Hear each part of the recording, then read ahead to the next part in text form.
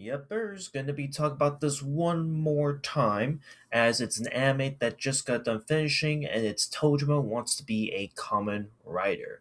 Yes, you thought that this show was done back in 2025? No, it actually just got done today as of me recording this video, and I want to talk about it because, as I've mentioned when covering this show, not once, but twice just now, I've been focused and glued to the show to the point that this was in my best animes of 2025 of last year. So, what was the second half of Tojo Wants to be a Kamen Rider about? Did it keep the momentum going? Honestly, truthfully, I think it really did. It stuck the landing, it kept it going, but this time around, it now focuses more on a new villain that comes about in this second half of the show with the Batman saga, that makes sense. Not Batman from the comic books, but Shocker Batman, if that makes sense.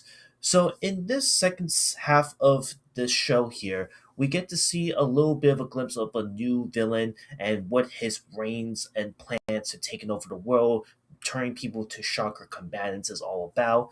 And in this second half, we get to see like every character you come across from Tojima to the main man himself who cosplays as V3 version of Kamen Rider to Riderman to what have you. And their focus now is after their little training montage from the very end of the middle half of the show, they're now focused on figuring like, okay, we gotta figure out what's going on with these idols that are turning to chakra combatants, and it leads to this big revelation of this new evil threat that they have to fight against. And let me just say right off the bat, as I mentioned already when covering this a couple times, the story may be at times a bit all over the place and could be where, realistically, let's be real here, folks. These are human beings fighting against otherworldly creatures, monsters, what have you. So, take it with a grain of salt that, like, some of the moments that happens in the show is a bit over exaggerated, but that's the beauty of it. Like, it really just feels like a show that you're just having a good time, having a laugh. You just don't give a fuck. And it also has, again, even the second half saw some amazing action scenes to come and some impactful punches and kicks that you can just feel as you're like watching through your fucking screen right here. It's so good.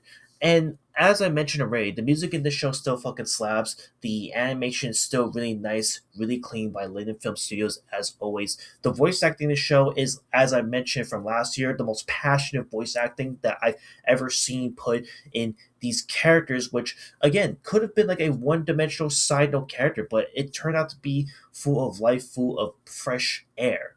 And again, like everything about the show and what was building up to led to this big epic finale of epic proportions. And it leads to the final battle where all of our main characters that you come to know and love finally come across the man, the myth, the villain of this second half, which is the Batman. And it ends in some of the best fight sequences ever. I've already praised and talked about the show a few times. Again, well, as I mentioned already, this show may not be for everybody. Again, if anything, this is obviously much, much better than One Punch Man Season 3. I'll throw it out there right then and there. But again, I can see why this may not be appealing to everybody, as, again, maybe the voice acting is a bit over the top and it could be a bit too much for some people. Hell, there also could be moments where, like, yes, the fight sequences in the show is really good, but there may be moments where, like, someone's gonna be nitpicky about it. It's like, oh, it feels like it's lagging half the time, and I do get that, sadly, every now and then during the second half. And also, I guess that we got to throw in one major criticism that is undeniable about the second half of the show.